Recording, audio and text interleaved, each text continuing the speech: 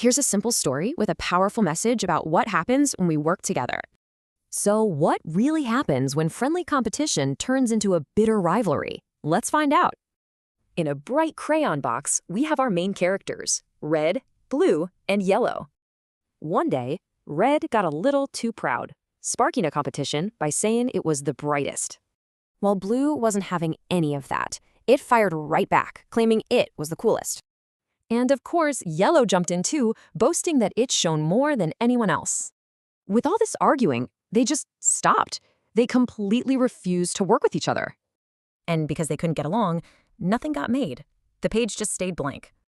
But what if you could force rivals to cooperate? Well, something totally unexpected was about to happen.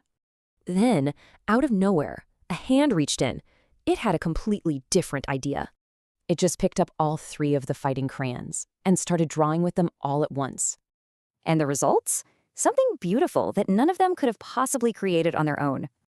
Seeing that rainbow, they were just blown away. They realized how amazing they looked together. And it finally clicked. By combining their strengths, they could make something truly incredible. It all points to a timeless lesson about the incredible power of working together as one.